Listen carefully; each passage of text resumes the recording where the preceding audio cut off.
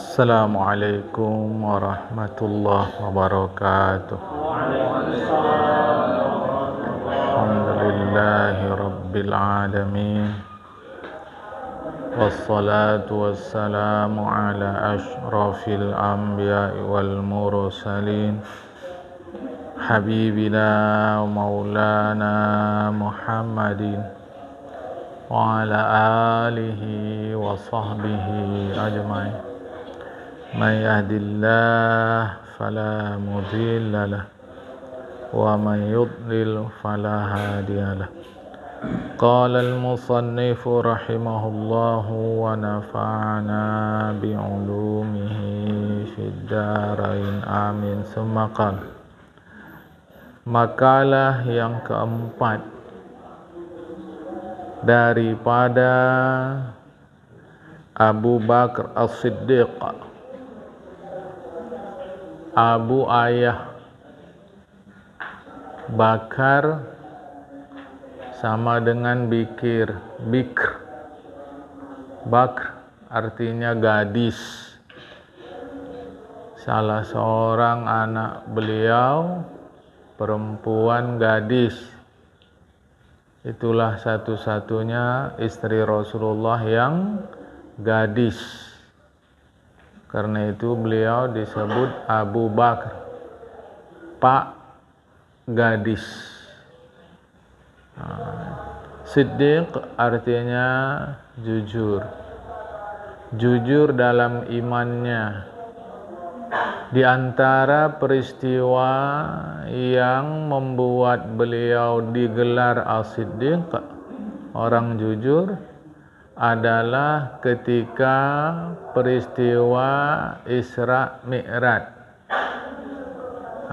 Waktu Isra Mi'raj ada banyak orang yang menolak peristiwa itu, tapi Abu Bakar begitu dikabari bahwa Rasulullah Isra dan Mi'raj, beliau langsung membenarkan apa yang terjadi pada Rasulullah. As-Siddiq jujur dalam imannya terhadap Allah dan Rasul. Kata beliau, bermula kegelapan itu ada 5 perkara. Penerangnya 5 pula. Jadi yang membuat gelap 5, yang buat terang 5. Pilihan ada pada kita, mau gelap, mau terang. Mencintai kehidupan dunia adalah kegelapan. Jadi kita sudah ngaji dari awal, dunia ini dimanfaatkan, bukan dicintai. Jamaah, rugi karena kita pasti berpisah. Sama ada dia dari kita atau kita dari dia. Macam mana pun pasti berpisah. Nah, sesuatu yang pasti berpisah rugi untuk dicintai. Maka dunia ini dimanfaatkan. Apa tanda orang cinta dunia? Mudah kali tandanya. Yang tak menguntungkan akhirat.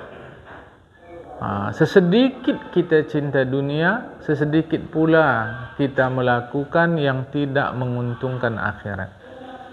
Apa yang menguntungkan akhirat? Pahala. Itu saja, jamaah. Nah, itu adalah kegelapan. Kita baca apa uraiannya sebelum penerangnya. Karena menjatuhkannya, mencintai dunia ini akan menjatuhkan seseorang ke dalam sesuatu yang syubhat. Urutannya begitu. Jatuh kepada yang syubhat, kemudian yang makruh, kemudian yang haram. Efek cinta dunia. Syubhat ini tak jelas halalkah, haramkah? Jemaah. Nggak apa-apalah itu, orang bukan pasti haram. Kalau pasti haram, iyalah awak jauhkan dia. Kata kita, sebab mencintai dunia. Lah, syubhat itu tak jelas jemaah. Syubhat itu artinya samar. Lama-lama ingin yang makruh. Lama-lama ingin yang makruh. Orang enggak berdosa aja kok. Lama-lama karena sudah enak yang makruh, jatuh kepada yang haram. Kenapa? Bukan dia tak tahu itu haram, tapi sudah kadung enak. Yang makruh aja seenak ini, apalagi yang haram. Dikhawatirkan nanti kafir. Kafir ada dua, kita udah mengaji. Ada kafir nikmat, ada kafir akidah. Kafir nikmat tak puas-puas sama nikmat Tuhan. Sikit aja pun. Itu kafir nikmat. Kafir akidah, kafir nikmat membuat orang itu fasik, berdosa. Kafir akidah, ya tentu membuat dia keluar dari Islam. Pangkalnya itu. Jadi cinta dunia itu pangkalnya dia menyukai yang syubhat. Jatuh kepada yang makruh, terbawa kepada yang haram, dikhawatirkan kafir akidah. Jamaah. Bersabda Nabi Muhammad SAW, hubbud dunya ra'su kulli khati'ah. Mencintai kehidupan dunia adalah induk segala kesalahan. Hadis riwayat Imam Baihaqi dari Imam Hasan Basri. Maka dunia ini jangan dicintai, dimiliki untuk dimanfaatkan. Jemaah, tak boleh kita berpandangan negatif kepada dunia ini. Agama menjelaskan agama ini lebih rendah dari bangkai anjing dan seterusnya untuk menjelaskan kepada kita bahwa dunia ini tidak layak dicintai tapi dimanfaatkan. Sekarang ini kalau kita beli sayur, pupuk kimia dan pupuk organik, itu lebih mahal sayur yang menggunakan pupuk organik. Seperti orang tua-tua kita zaman dulu, sebelum ada gencar-gencar pupuk kimia. Lah pupuk organik itu kan kotoran jemaah.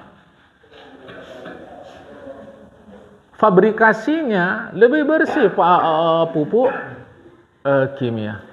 Tapi lebih mahal sayuran dengan pupuk organik. Beras organik lebih mahal dari beras kimia. Jemaah. Lah dunia ini seperti kotoran. Ubah dia menjadi pupuk organik, maka hasilnya mahal. Jangan dibuang. Saya nggak ada ilmu, maka nampak sampah dibuang. Nggak ada ilmu, saya tahu saya orang nggak ada ngerti jemaah. Tetapi bagi orang yang punya ilmu, sampah diambilnya, diolahnya menjadi pupuk. Lah dunia ini sampah, jangan dibuang. Lah saya kan nggak ada ilmu, makanya kita mengaji supaya ada ilmu, mengolah dunia menjadi pupuk, menjadi pahala. Tahu-tahu kita ini seakan-akan lebih paham agama ini dari sahabat-sahabat Rasulullah. Kesudahan kita harta buang, dunia tinggal, ini enggak perlu. Padahal sahabat-sahabat Nabi itu super kaya. Kalau kata orang sekarang, sahabat Nabi itu tajir melintir. Memang tidak semua, tidak semua. Dan jangan lupa, Khalifah Utsman bin Affan terbunuh di rukonya. Bawahnya toko, atas rumah beliau, jamaah. Jangan lupa itu. Khalifah Umar bin Khattab memang sehari-hari sangat sederhana. Sampai bajunya pun bertempel-tempel. Tetapi beliau adalah pengusaha perkebunan. Kebun kurmanya berapa hektar jemaah. Tidak sedikit sahabat Nabi yang miskin-miskin. Yang punya rumah tidak, kerja pun tidak, kesudahan tinggal di masjid. Hidupnya dari donasi orang sahabat-sahabat yang kaya. Mereka disebut ahlus suffah. Ada, termasuk di antara yang miskin itu adalah periwayat banyak hadis Abu Hurairah. Nah, jadi jamaah Abu Hurairah itu miskin. Tapi saya tak berani menyebut beliau itu, kalau pakai bahasa Betawi, belangsat. Belangsat itu melarat lagi jamaah. Tidak berani. Mengapa? Karena kita tak dapat data beliau itu melarat. Tapi miskin iya. Jamaah. Tak ada harta, tak ada apa-apa jamaah. Ingat ini. Jadi dunia ini bukan dimusuhi, tetapi dimanfaatkan. Nah, mencintai dunia ini adalah induk kesalahan. Lah macam mana orang normal kok cinta sampah? Itu macam mana jalan ceritanya? Ada kembang tumbuh mekar, dia lebih cinta sama sampah. Tidak sama kembang yang tumbuh mekar harum mewangi ini. Itu bagaimana menjelaskannya jemaah? Maka sampah jangan dicintai, tapi dimiliki, diolah, dimanfaatkan. Pakai apa? Pakai ilmu. Makanya bagi kita yang nggak ada ilmu rugi. Tapi bagi yang ada ilmu jemaah, waduh masya Allah. Contoh luar negeri itu sampah nggak terbuang. Yang bisa didaur ulang, yang gasnya bisa diambil dan alhamdulillah di salah satu tempat di Indonesia, saya tak baca lebih luas jemaah, itu malah kotoran manusia dikumpulkan di satu tempat, gasnya dialirkan ke rumah-rumah untuk masak. Dan itu pakai ilmu, tidak bisa pakai simsalabim abrakadabra. Itu dekat rumah saya itu TPA, tempat pembuangan akhir sampah. Itu kalau kita pandai, masya Allah, itu bisa diolah jemaah menjadi uang. Artinya apa? Dunia ini diolah. Ada ungkapan, ini bukan hadis Rasul. Ad-dunya mazra'atul akhirah. Dunia adalah ladang akhirat. Bukan laut. Ladang. Kalau saya sebut ladang, yang terbayang sama kita apa? Sebelum nanam bang. Ngolah. Bukan laut. Kalau laut dia tinggal ngambil, sama ada nelayan atau kita pemancing. Kalimat Arab itu mazro'ah, ladang. Ladang ngolah. Nggak ada tuh ladang itu simsalabim abrakadabra tiba-tiba tumbuh sawi itu. Nggak ada, dia ngolah. Setelah diolah dibiarkan, enggak, dia dijaga. Itulah dunia di dalam Islam. Tuh. Makanya ayolah, kalau kita lihat sejarah Islam, umat Islam tempo dulu maju-maju karena mereka paham betul dunia ini untuk kita olah. Ambil dia jamaah, miliki dia, jangan cintai, olah dia, rawat dia, akhirnya kita panen. Panennya nanti di akhirat. Jamaah. Maka Rasul itu tadi ungkapan tadi bukan hadis ya, ad-dunya mazra'atul akhirah. Di sini Rasul sebut mencintai dunia induk kesalahan. Maka dunia ini cintai jamaah, diolah sajalah seilmu kita. Berkata Imam Ghazali, sebagaimana mencintainya dunia adalah induk segala kesalahan, maka membencinya adalah induk segala kebaikan. Apa maksud dibenci ini? Ya macam tadi.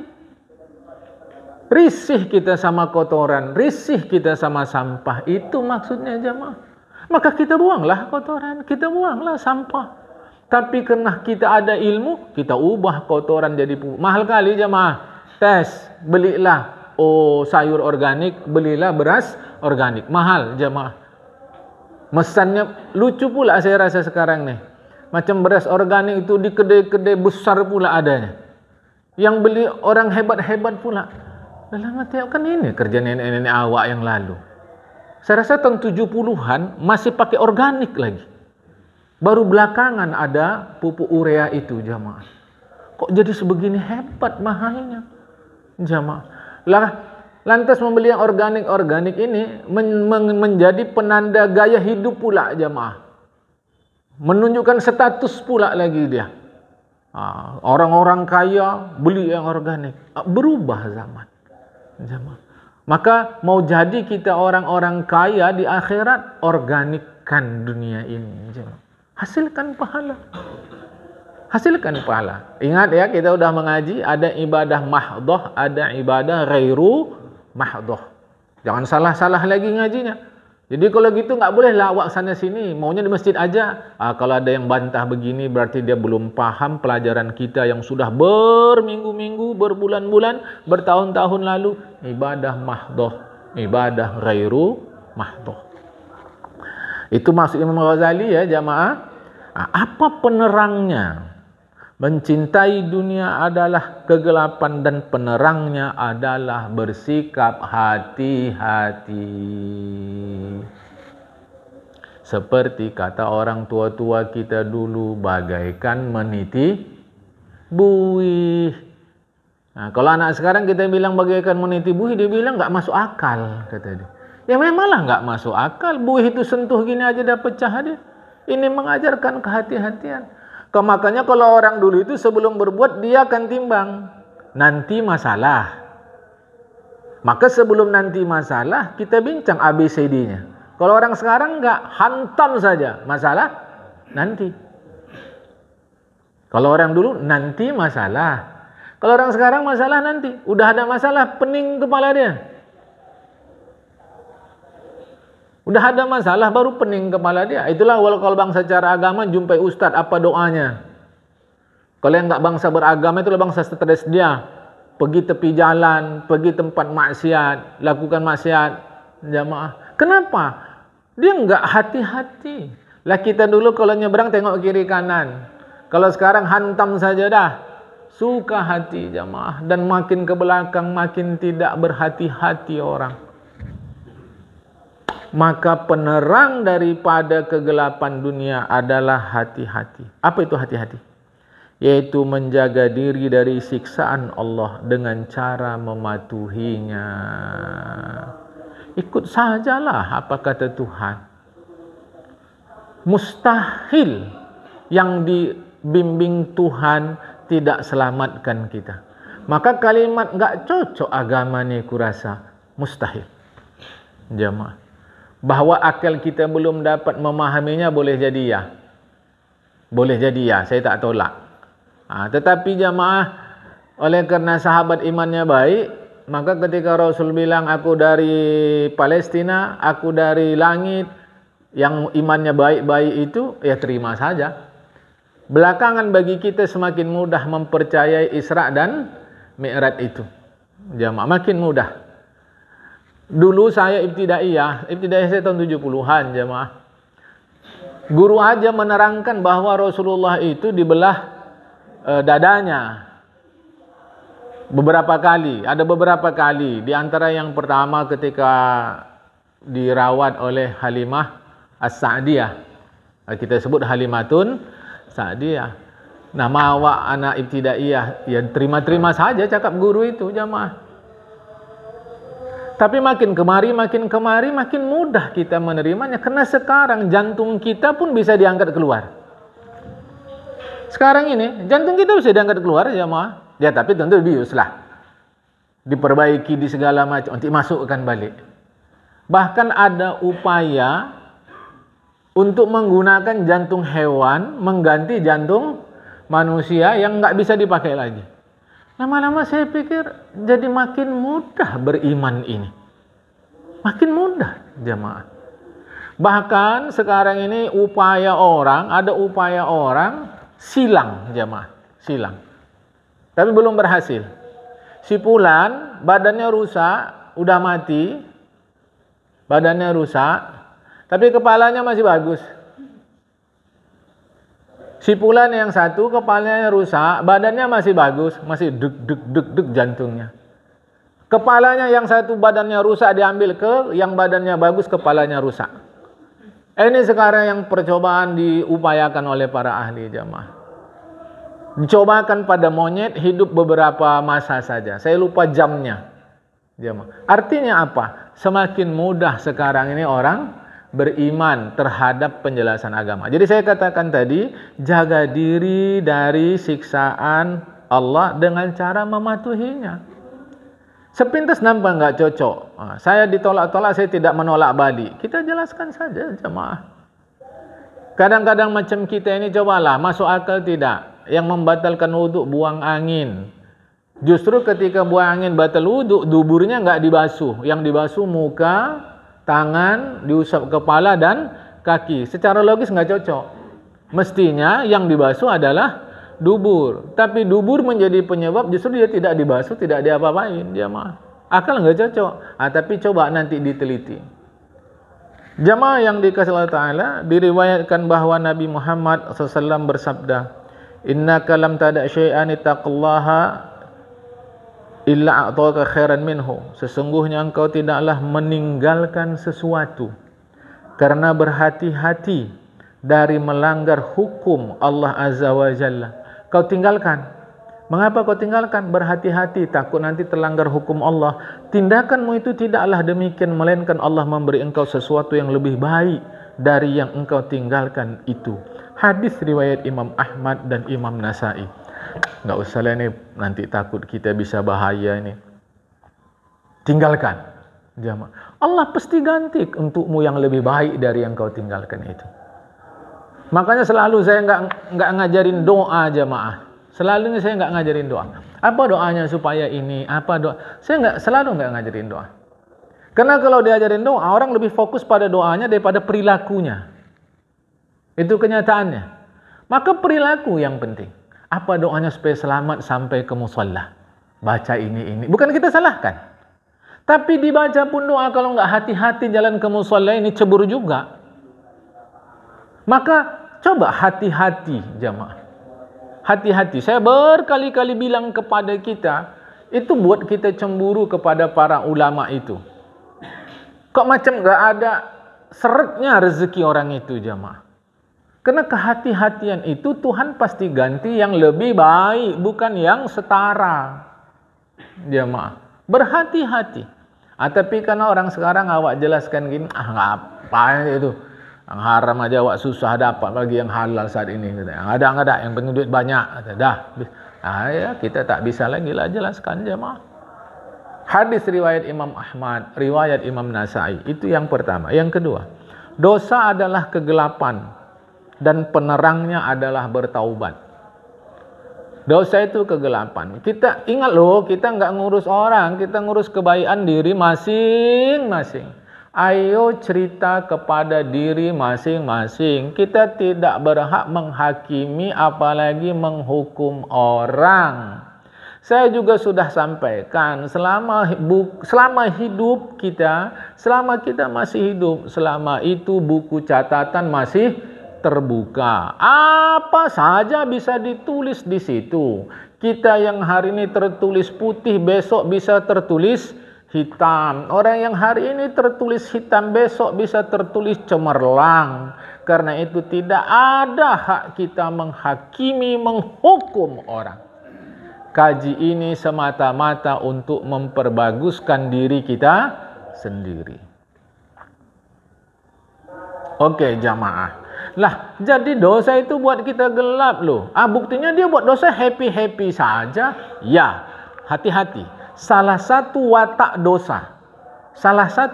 dosa, dia baru disadari setelah puncak. Jamaah. Dia disadari setelah puncak. Artinya dia sikit. Setelah jadi bukit barulah disadari bahwa dia menggelapkan jiwa kita. Saat itu kita persis seperti orang mau tenggelam yang nggak pandai berenang. Maka disodori lidi pun akan dia tangkap. Disodori tali rapia, tali plastik, dia akan tangkap. Jamaah. Faktanya begitu. Orang-orang yang zahir, kita tetap tak tahu batin. Orang-orang yang secara zahir buat dosa, tahu-tahu belakangan masuk dalam kelompok agama yang begini. Lah kalau masuk dia dalam kelompok agama ini yang lurus, nggak ada masalah. Tak jarang nanti masuk dalam kelompok-kelompok yang menyimpang karena dia merasa mendapat kepuasan batin. Hati-hati jamaah. Makanya salah satu watak dosa itu, salah satunya, dia enggak kita sadari, setut gelap. Yang kedua, watak dosa enak. Maka selalu saja yang enak-enak itu, selalu bukan pasti, dia kandung dosa. Jamaah. Ini tak pasti ya, jamaah yang tak pasti. Tapi selalu saja yang enak-enak itu kandung dosa. Maka untuk memastikannya agama, mana yang kata agama benar, mana yang kata salah. Bukankah makan itu enak, tapi kan tak dosa. Baru jadi dosa kalau begini-begini. Bukankah nikah kawin adalah enak, tapi tak dosa.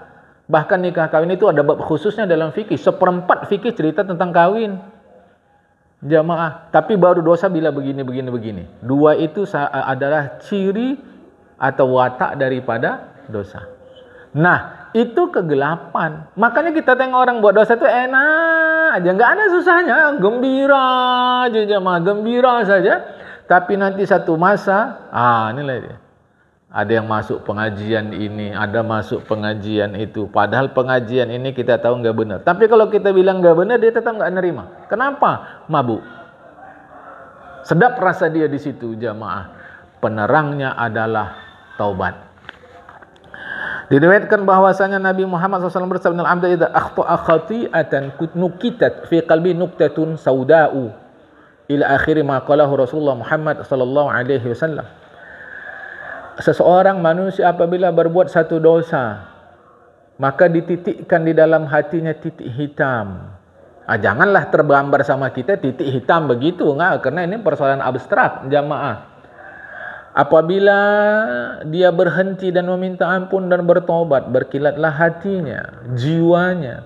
Dan jika berbuat dosa lagi ditambah hitam itu di hatinya, sampailah menutupinya. Itulah kata-kata ar-ran, penutupan yang disebut Allah di dalam Al-Quran. Bismillahirrahmanirrahim. Kalla bal rana ala qulubihim makanu yaksibun. Apa ron? Itulah dia, titik-titik dosa itu jemaah. Itulah ron. Yang disebut Allah, sekali-sekali tidak demikian, tidak seperti itu. Sebenarnya apa yang mereka usahakan itu menutupi hati mereka. Surat Al-Mutaffifin 83 ayat 14. Hadis riwayat Imam Ahmad dan Imam Tirmizi, Imam Ibnu Majah, Imam Nasai, Imam Ibnu Hibban dan Imam Hakim. Akan cuma sekali. Nanti mau 2 kali, mau seterusnya jemaah. Tahu-tahu nanti udah beribu, berjuta, bermiliar, bertriliun kali. Nyesal juga lah awak, maulah buat baik. Lah, kelirunya kita, begitu kita mau buat baik, mau kita langsung kilat. Ayo coba tulis kita semua pandai menulis, jangan pakai pulpen lah, pakai pensil, tulis. Apa sajalah, mau goresan, mau habis tu hapus. Mesti ada bekas. Dia begitu tobat berkilat langsung jadi wali Allah. Kan ngeri itu jemaah. Mana bisa begitu? Semua ada prosesnya. Jemaah yang dikasih oleh Allah Ta'ala. Jadi kata Khalifah Abu Bakar As-Siddiq, gelap dosa penerangnya adalah taubat. 3. Dan alam kubur. Ini ingat lagi, bedakan dari kuburan ya. Alam kubur adalah kegelapan dan penerangnya adalah la ilaha illallah Muhammadur Rasulullah. Jangan keliru, tak cukup sekedar menzikirkan la ilaha illallah, la ilaha illallah, la ilaha illallah, sampai ribuan kali, tak cukup. Kenapa? Karena non muslim pun pandai mengucapkan itu. Guru saya SD itu Kristen. Karena dia orang baik, saya sebutlah marganya Pak Munte. Bukan Dali Munte jemaah, Munte saja. Lah itu pandai itu baca Yasin. Kun kata Allah, kata dia. Fayakun kata Muhammad. Saya SD itu kelas 6. Waktu saya kuliah dalam sebuah seminar, saya jumpa pendeta yang hafaz Quran. Coba dulu jemaah. Jangan keliru. Itu maka cara kita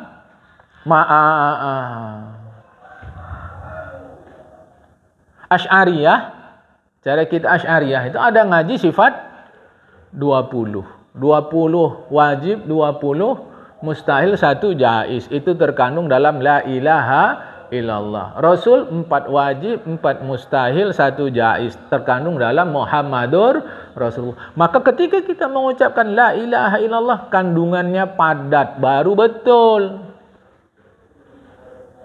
Jadi bukan sekali sampai ribuan kali. Itu tidak kita salahkan. Jangan disalahkan orang berzikir. Sama sekali tidak kita salahkan.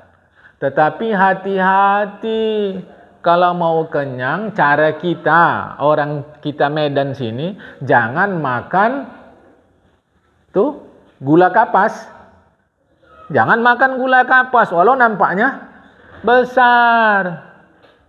Makanlah nasi walau nampaknya lebih kecil. Orang yang ada ilmunya tak akan dia makan gula kapas itu walau nampak besar. Oh ini besar nih, kue bohong. Enggak juga, nama kuenya aja bohong. Enggak jamaah. Tapi kan tak kita salahkan. Namanya makan gula kapas, kan bukan minum. Tapi tidak kita salahkan orang berzikir la ilaha illallah banyak-banyak, itu sama sekali tidak salah. Tapi jangan kira itu buat kenyang tanpa ada isi di dalamnya. Maka menerangi kubur kalimah la ilaha illallah Muhammadur Rasulullah. Cara kita Asy'ariyah ngajikan akidah 50, 41 tambah 9. Ngajikan itu. Dan ingat, karena saya sudah sebut sifat Allah bukan hanya 20. Nah, itu yang dikajikan kepada kita oleh para ulama. Diriwayatkan bahwasanya Nabi Muhammad bersabda, saya baca terjemah saja, sesungguhnya Allah Ta'ala mengharamkan masuk ke dalam neraka orang yang mengucapkan la ilaha illallah. Ini dia, karena mengharapkan kerelaan Allah. Kuncinya karena mengharapkan kerelaan Allah. Rela kalau pakai bahasa Arab ridho. Ridho itu rela jamaah. Lidah orang Indonesia agak payah sebut dot. Ridho rela. Jadi tak akan kena sentuh neraka orang yang membaca itu mengharapkan ridho Allah, rela Allah. Ini harap dipahamkan. Jadi jangan sebatas kalimah la ilaha illallah, itu ada ujungnya. Karena mengharapkan keridhaan Allah. Hadis sahih riwayat Imam Bukhari dan Muslim. Diriwayatkan bahwa Rasulullah bersabda, saya baca terjemahannya ya, man qala la ilaha illallah seterusnya. Siapa saja mengucapkan la ilaha illallah tulus ikhlas. Apa maksudnya tulus ikhlas? Tauhidnya lempang. Makanya surat itu disebut surat ikhlas. Padahal nggak ada ikhlas-ikhlasnya di situ. Mana ada kata ikhlas di situ? Tapi surat itu disebut surat ikhlas karena mengajarkan tauhid yang lempang lurus. Bismillahirrahmanirrahim. Qul huwallahu ahad. Inilah air ikhlas. Ya, ini air ikhlas. Kenapa? Bening, nggak campur apa-apa. Iyalah di bawahnya adalah potongan-potongan jahe, tapi dari sisi warna jamaah. Inilah air ikhlas, nggak campur apa-apa. Tauhid yang ikhlas itu Allahnya nggak campur apa-apa. Makanya orang yang mengucapkan kalimat la ilaha illallah tulus ikhlas niscaya dimasukkan Allah ke dalam surga. Sahabat bertanya, ya Rasulullah, apakah tanda ikhlasnya? Apa tanda orang itu ikhlas mengucap kalimat la ilaha illallah sehingga dia mendapatkan kerelaan Allah Ta'ala?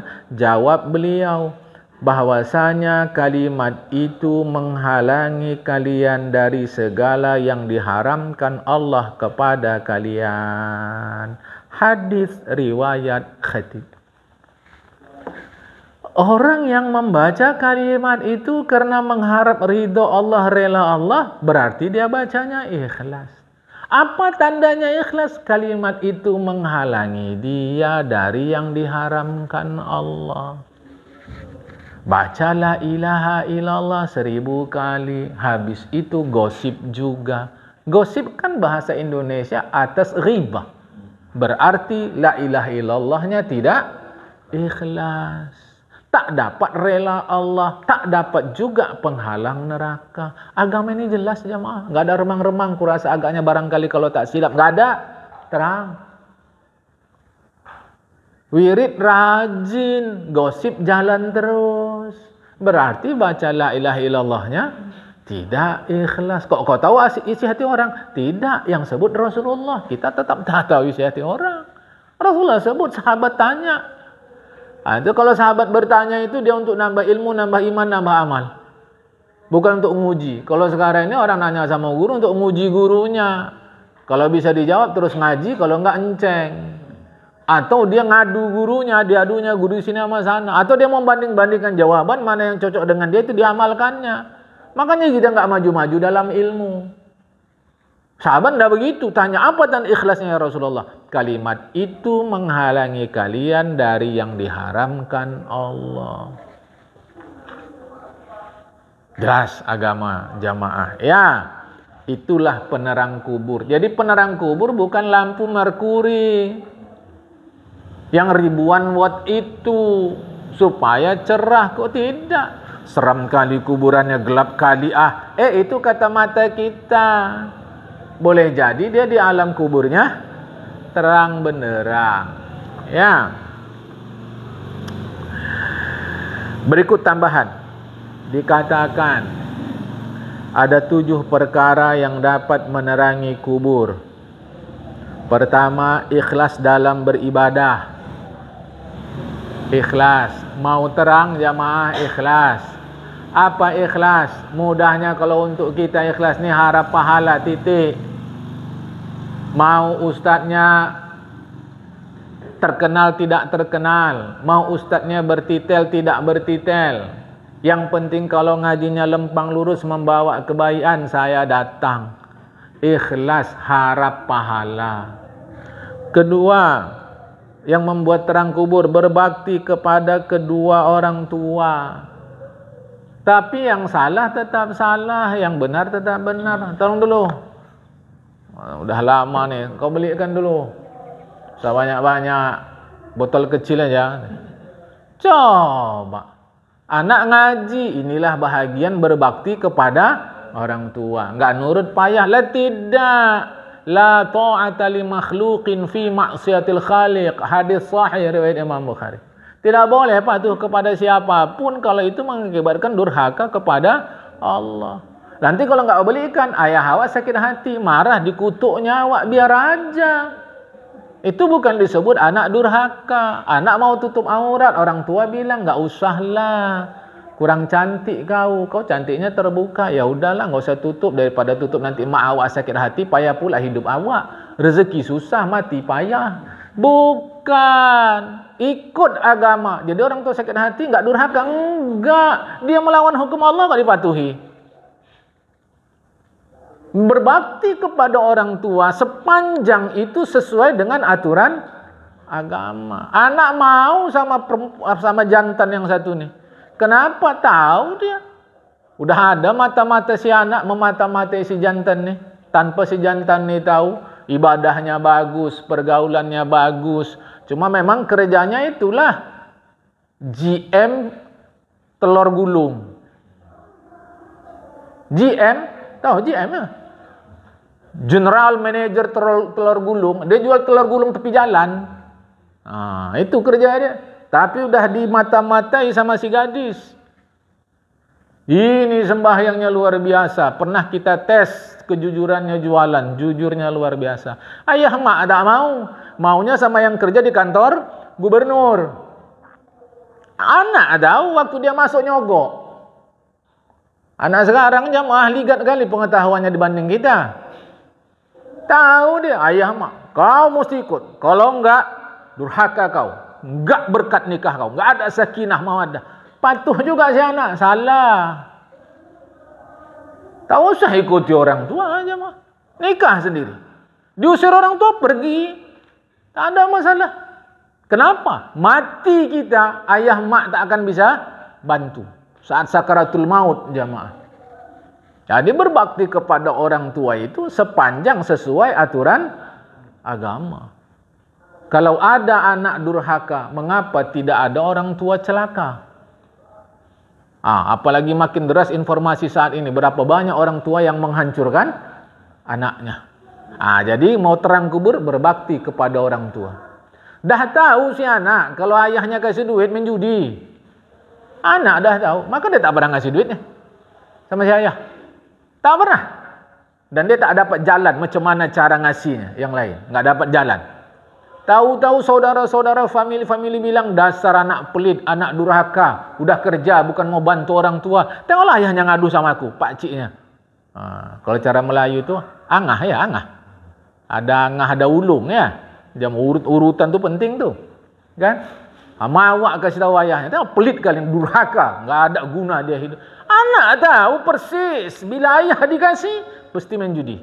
Dia tak kasih jemaah. Durhaka anak ini. Tidak, inilah anak yang menyelamatkanmu nanti di akhirat. Hati-hati jemaah, wajib berbakti kepada orang tua walau beda agama. Ini ada pula yang ngelarang ayah, emaknya mati, seingat saya waktu itu. Emaknya Kristen. Saya sebut jemaah Kristen. Anaknya perempuan dan Islam. Waktu itu dilaporkan ke saya setelah kejadian. Dilarang anaknya ini untuk mendatangi jenazah emaknya. Tapi sayang orang tu nanya ke saya setelah kejadian. Nggak ada masalah. Saya pergi. Dia pergi. Kunjungi emak dia yang meninggal tu. Itu seluruh pengacara di muka bumi ini mengatakan itu bukan emaknya pun. Itu tetap emaknya. Seluruh pengacara tenar di muka bumi ini mengatakan ini bukan anaknya, tetap anaknya. Binnya tak berubah, bintinya tak berubah sampai kapan-kapan pun. Bahwa dia belain agama itu lain hal. Sayang orang tu bilang ke saya setelah kejadian. Jemaah. Itu bahagian berbakti kepada orang tua. Tetapi kalau satu masa orang tua kita merusak agama ini dan harus secara frontal berhadap-hadapan, hadapi seperti Ikrimah bin Abu Jahal. Abu Jahal mati di tangan Ikrimah karena memerangi Rasulullah. Ikrimah bela Rasulullah. Ada masalah jemaah. Ini harap dipahamkan konsep berbakti kepada orang tua. Dah? 2, terang kubur. 3, menghubungkan tali kasih sayang. Perhatikan kalimat kasih sayang. Ini supaya jelas ngaji nih. Ayo sambil-sambil kita cerita yo, terutama sama orang tua-tua kita ini. Kasih sayang tempatnya di mana? Luar dalam? Kasih sayang? Luar dalam? Dalam. Apakah kalau kita jumpa-jumpa begini sudah pasti kasih sayang? Belum tentu. Ayo pindahkan bahasanya ke bahasa Arab, silaturahmi. Silat tali atau perhubungan. Rahmi kasih sayang, kadang sebut rahim. Tapi jangan panjang ya, rahim jangan. Silaturahmi, silaturahim, boleh. Jamaah. Lah, menyambung tali silaturahmi itu kasih sayang dalam. Jumpa gini, silaturahmi belum tentu. Karena ada berapa banyak orang jumpa begini tapi batin dia justru tak begitu. Maka garansi dari agama, salam-salaman sesama muslim menggugurkan dosa kecil. Mengapa? Ini bukan sekedar salam-salaman, karena ada kesertaan kasih sayang di dalamnya. Tapi kalau salam-salaman begini, tak ada apa-apa rasa dalam, biasa ya. Mana itu silaturahmi? Tak jumpa 10, 20, 30 tahun, bisa nggak silaturahmi? Bisa. Rindu dari dalam. Ku cari-cari nomor telepon abang, bang. Ku cari-cari. Wah, kita lama dulu di Jawa jamaah. Udah 20 tahun tak jumpa. Cari-cari. Allah tu benar. Tertembus juga benteng itu. Kesudahan 2023, saya dengan kawan-kawan yang sudah terpisah puluhan tahun secara fisik jumpa jamaah. Ku cari bang, sama si anak. Ku tanya nomor telepon abang. Telepon kok enggak jumpa juga. Cari ini bang. Itu silaturahmi jemaah. Itu menerangi kubur. Ayah sama anak, emak sama anak, bisa nggak putus silaturahmi? Bisa. Tak ada anak tu di dalam hati ayah mak. Hati-hati orang tua ya. Apalagi kalau anaknya banyak. Berpihak pula ayah mak sama anak yang satu. Tak berpihak sama anak yang satu. Kenapa? Anak yang satu suka ngasih-ngasih duit, beliin lontong, yang satu enggak, berdangkik pelit. Tak ada silaturahmi. Ya maaf. Hati-hati. Silaturahmi isi dalam, bukan sekedar salam luar. Itu menerangi kubur kalau mau. Hati-hati je maaf. Hati-hati sekali. Ya, jangan salah konsep. Karena jaminan Rasulullah itu. Jaminan Rasulullah. Bersilaturahmi itu menambah rezeki, memanjangkan umur. Apapun tafsiran terhadap hadis itu. Apapun tafsiran terhadap hadis itu jamaah. Apa yang dimaksud menambah rezeki, apa yang dimaksud memanjangkan umur seterusnya. Kasih sayang. Dalam, bukan luar. Maka selalu makanya kalau orang minta doakan sama saya nggak berani. Doakan Ustaz. Allah, apa ya ini? Kalau udah awak bilang iya, tentu mesti awak sebut nama dia. Kalau ternyata tak awak sebut, awak udah bilang iya sama dia tadi jemaah. Doa umum sajalah. Karena tak yakin kita akan sebut nama dia. Bisa-bisa lupa. Memang lupa tidak ada dihukum, tapi kan rasa kurang garam sayur tadi rasa kita, gulai tadi rasanya jemaah. Ini maka berat. Saya selalu bilang payah, gitu. Kasih sayang tu dalam. Maka kau betul berkasih sayang, doakan zahri qalbi, di balik hati. Saya dulu tak mengerti apa maksud zahri qalbi, di balik hati. Rupanya kau jujur dalam kasih sayang, tak jumpa kau sama si fulan-fulanah, kau doakan ia dalam doamu. Itu jemaah. Kita sebut nama dia dalam doa kita. Barulah betul berkasih sayang. Hati-hati. 2, 3. Yang 4. Tidak menyia-nyiakan diri di dalam perbuatan maksiat. Ini tak usah saya terangkan lagi lah. Ya, udah betul itu. 5. Tidak menuruti kemauan hawa nafsu. Kecuali yang dibimbing agama. Kita udah kaji jemaah. Nikah kawin makan itu kemauan hawa nafsu. Nikah kawin dan makan itu kemauan hawa nafsu. Tak ada kehidupan tanpa dua ini jemaah. Berarti berlawanlah dengan ini. Maka kita kunci tadi, tidak menuruti kemauan hawa nafsu karena bercanggah dengan agama. Kalau yang sesuai dengan agama turuti, tak ada masalah jemaah ya. Makanya itu dalam konsep makan kita sudah sampaikan, halalan thayyiban la tusrifu. Halal baik, jangan berlebihan ya. 6. Sungguh-sungguh berbuat taat. Ini tak saya terangkan lagi. Bisa juga lah ya. Sungguh-sungguh ni yalah, sesungguh-sungguh kita memperbaiki rumah kita. Sesungguh-sungguh kita membaguskan atap rumah kita yang bocor. Begitulah kita bersungguh-sungguh dalam beribadat. Jadi tepuk dada tanya iman. Kita bisa tahu kita ini sungguh-sungguh atau tidak, kita bisa tahu. Bahasa kita serius. Seriusan mana kita ngurus rumah, apa ibadah kita? Kita bisa tahu, jemaah. Seriusan mana kita mengurus kendaraan kita, kereta kita untuk ngaji kemari, atau mengurus ibadah kita? Kita bisa tahu, jemaah.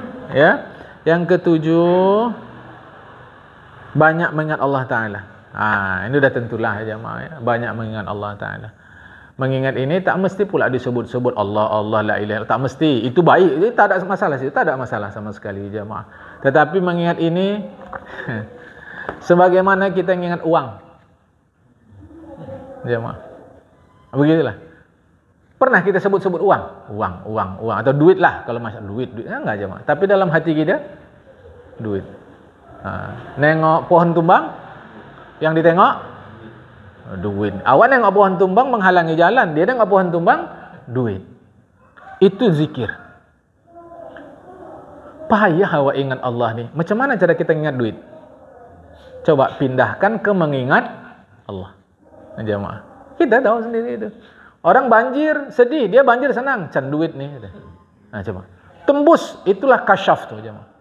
Tembus dia, yang ditengoknya sampah, tapi yang dirasakannya uang. Yang dirasakannya duit. Apa masalah nih? Nak mengurus surat-surat nih. Can kata dia. Adalah. Orang susah ngurus surat, dia can kata dia. Jamaah. Dan di dalam itu ada uang, tembus dia. Ke agama itu kasyaf. Ke agama itu kasyaf. Tembus pandang dia jamaah. Ini can pahala, ini can pahala, ini can baik, ini can baik, ini can baik. Ingat Allah. Jadi tak salah kalau kita sebut duit, tak salah. Tapi bukan itu yang utama. Sama dengan maksud saya itu gantilah la ilaha illallah, kita zikir-zikir tu jamaah. 7 itulah penerang kubur. Berikutnya, akhirat adalah kegelapan karena banyak huru-haranya. Penerangnya adalah amal soleh. Ini tak saya terangkan lagi. Soleh sudah kita terangkan. Soleh suluh. Jamaah, soleh suluh. Orang Melayu kata bangkar. Bangkar, tahu bangkar? Tapi R-nya hilang tuh. Bangkal kata dia kan. Lidah. Sama, soleh suluh. Macam mana kita memahami bangkar tu? Begitulah amal soleh. Gelap jadi terang, gundah jadi tenang, tak tahu jadi tahu, ragu jadi pasti. Amal soleh adalah amal suluh, amal bangkar. Amal yang membuat hati menjadi tenang. Jangan gara-gara ini nanti saya sembahyang pun tak tenang hati. Kalau gitu tak usah sembahyang. Salah. Sembahyangnya tetap kita kerjakan. Mungkin ada sesuatu yang tak betul kita terhadap sembahyang tadi. Jamaah, amal soleh, amal bangkar, persis. Amal yang membuat jiwa menjadi damai. Ya, diriwayatkan bahawa Nabi Muhammad SAW bersabda, Innallaha yuhibbu an yu'khadha bi rukhasi kama yuhibbu an yu'khadha bi azaimihi. Innallaha wa'asani bil hanifiyyati samha din Ibrahim.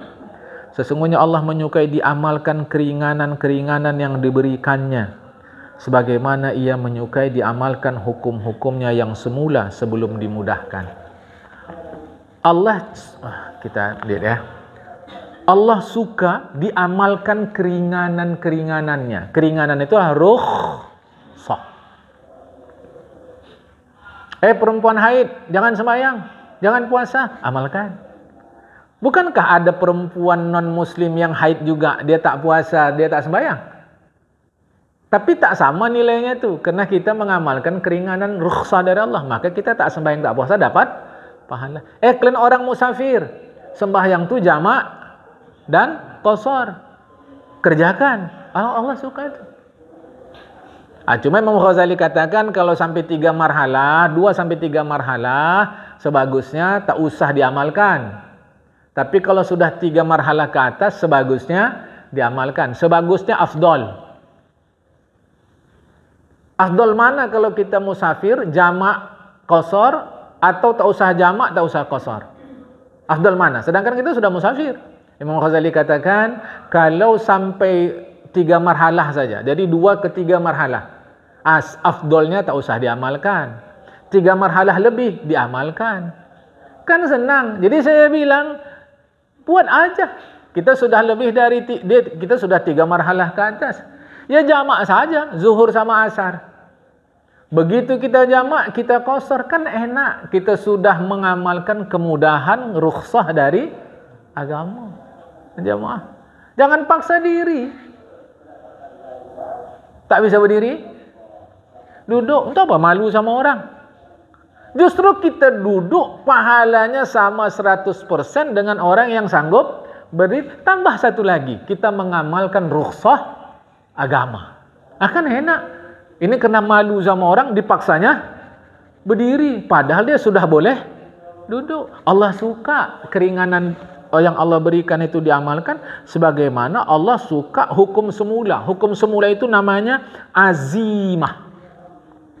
Ain, zai, ya, mim, tabulat.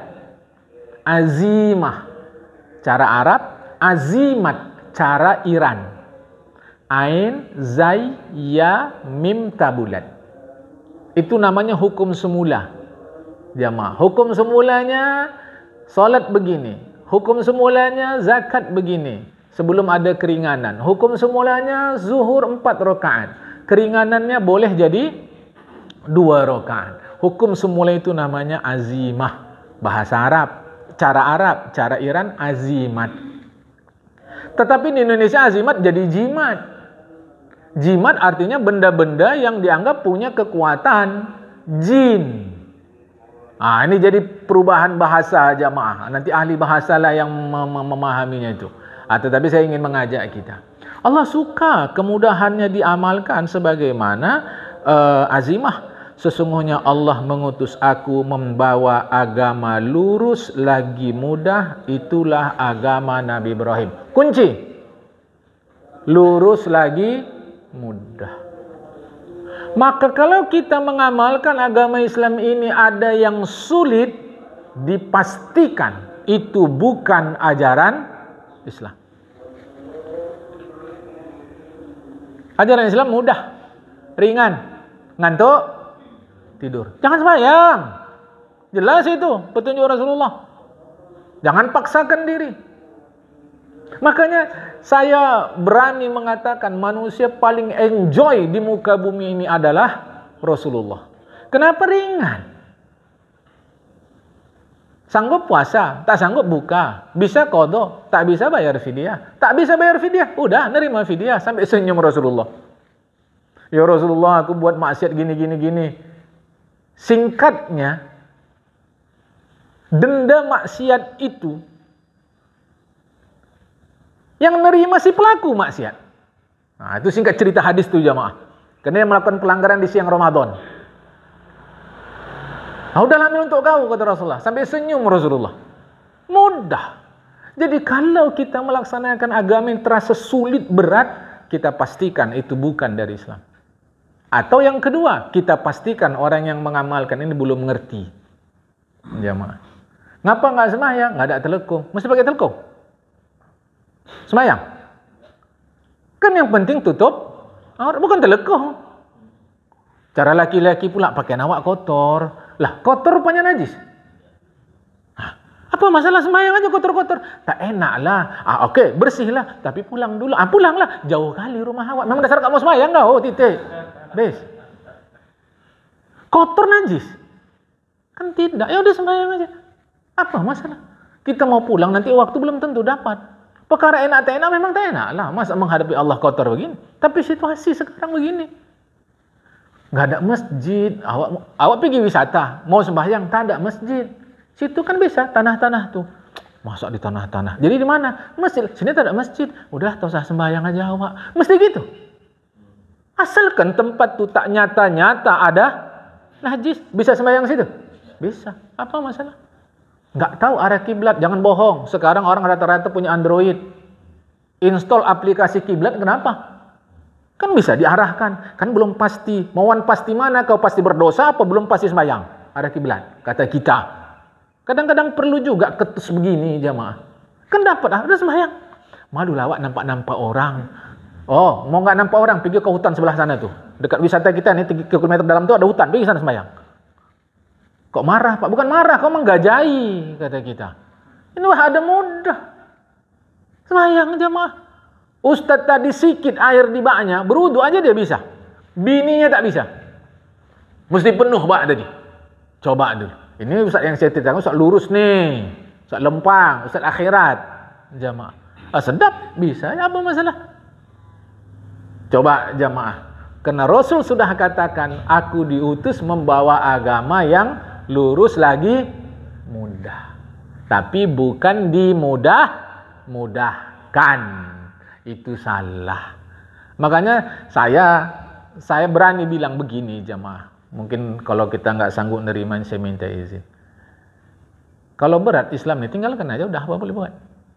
Udah hidup awak capek. Ngadapin bini, ngadapin suami laki, ngadapin orang tua, ngadapin anak, ngadapin tempat kerja suntuk. Dapat agama yang membuat berat. Suntuk juga, untuk apa tinggalkan aja Islam. Tapi saya pribadi ku tengok Islam ni kok mudah kali. Bagi saya aja mah. Wajib sembahyang pakai peci. Lah terus, sembahyang aja udah titik. Apa masalahnya? Orang kita nggak bawa tutup kepala waktu itu. Sembahyang aja udah titik. Apa masalah dia? Wajib pakai sejadah? Tidak, situ aja. Kotor-kotor. Kotor najis enggak? Enggak, ada debu. Malah bagus, debu itu jadi saksi di akhirat. Ngantuk kali awak, padahal subuh udah sampai. Udah, bisa kok sembahyang. Awal waktu nih. Aduh, ngantuk kali. Bisa dilawan ngantuk? Enggak bisa kali, cuma nih. Tidurkan dulu. Nanti aku yang bangunkan di ujung-ujung waktu. Tapi awak nggak hafal kunut, bos pakai kunut. Kira-kira 3-4 menit cukup kau sembahyang tuh, sekedar untuk ngisi absen. Terus apa masalah? Nah, masalahnya apa? Siapa yang buat berat? Kita. Aku berani mengatakan agama ini ringan karena Rasul yang bilang, aku diutus membawa agama yang mudah lagi, lurus lagi, mudah. Hadis riwayat Ibnu Asakir. Satu lagi jamaah ya, diriwayatkan bahwasanya Nabi bersabda, kerjakanlah hukum-hukum Allah yang semula dan ambillah kemudahan. Hukum semula azimat, kemudahan rukhsah. Abaikan manusia, tindakan itu sudah cukup. Usah peduli cakap orang yang bercanggah dengan agama. Tindakanmu mengambil itu, melakukan itu, menerima kemudahan itu, melaksanakan hukum semula, sudah cukup. Hadis riwayat Khatib. Hadis yang lain, siapa saja yang tidak menerima kemudahan dari Allah adalah dosanya seperti gunung Arafah. Hadis riwayat Imam Ahmad. Maksudnya, berarti kalau orang sedang musafir, tidak jamak, tidak qasar, berarti berdosa. Bukan itu maksudnya. Dia menolak ini, menolak hukum, bukan menolak melaksanakan. Jamaah hati-hati nih ya. Tak ada itu hukum agama rukhsah. Itu yang dimaksud. Itu berdosa dia jamaah kalau begitu-gitu tuh. Tapi kalau dia tak laksanakan, tak apa-apa. Aku bukan enggak mau jamak qasar. Mau. Tapi rasa hatiku bukannya susah awak tamam. Kata dia. Tamam itu jamaah yang 4 tetap 4. Yang di zuhur tetap di zuhur. Yang di asar tetap di asar. Apalah salahnya? Awak naik mobil pribadinya nanti pas zuhur berhenti. Pas asar berhenti. Jadi kok nggak mau nerima rukhsah? Janganlah bilang gitu. Mustahil aku tak terima. Tapi rasa-rasa hatiku takut pula aku kalau nanti kulaksanakan rukhsah-rukhsah itu macam malas aku sembahyang. Sana jemaah tinjauannya. Yang tahu pribadi. Maka saat itu tak boleh dia kita hadapkan dengan hadis ini. Justru kita hormat sama dia sebab dia sebenarnya cinta pada agama ini. Tapi yang payah nanti kalau semobil dua pendapat. Yang satu mau rukhsah, yang satu mau tamam. Maka saat ini perlu akurlah. Yang rukhsah jangan hina yang tamam. Yang tamam jangan desak yang rukhsah. Kami nunggu-nunggu kau. Jangan. Masing-masing lah. Yang dia rukhsah pula janganlah berselo-selo. Yang tamam pula jangan habis sembahyang zuhur 4 rakaat merokok-rokok dulu. Jangan pula lah. Saling perhatian jamaah ya. Terakhir, dan titian adalah kegelapan. Maksudnya titian akhirat itu jamaah. Jangan pakai lagi istilah siratal mustaqim. Mana ada istilah agama siratal mustaqim? Ayat Al-Fatihah itu siratal mustaqim. Siratal mustaqim dalam Al-Fatihah itu artinya adalah agama Islam. Sebab dari guru-guru kita diilustrasikan titian itu 1000 tahun mendatar, 1000 tahun menaik, 1000 tahun menurun. Manalah lurus nih? Jadi sebut saja titian. Ada pula istilah titian serambut dibelah 7. Kecil kali, cemana awak lewat. Kalau begini kata agama ini jadi karton. Cemana melewatinya itu? Ambil sehelai rambut belah 7. Semut aja pun tak lewat tuh. Sedangkan awak naik sapi. Kan gitu kata agama. Yang kurban 7 orang, sapi 1. Gimana itu kalau melewati titik rambut di belah 7? Ini menunjukkan tajam. Jamaah, mau berhati-hati. Nah, titian itu kegelapan. Penerangnya adalah keyakinan. Apa maksudnya? Yaitu memastikan pembenaran terhadap yang gaib dengan menghilangkan semua keraguan. Yakin terhadap yang gaib. Jamaah, itulah salah satu penerang di titian. Nah, di titian itu ada gancu. Ilustrasikan gancu-gancu kita jamaah. Di titian itu kiri kanan ada gancu. Di gancu itu ada nama masing-masing orang yang akan ditarik oleh gancu itu ke dalam neraka. Dan tak perlu menghindar dari gancu itu. Kenapa? Karena orang yang nggak ada namanya di situ pasti tidak ditarik gancu.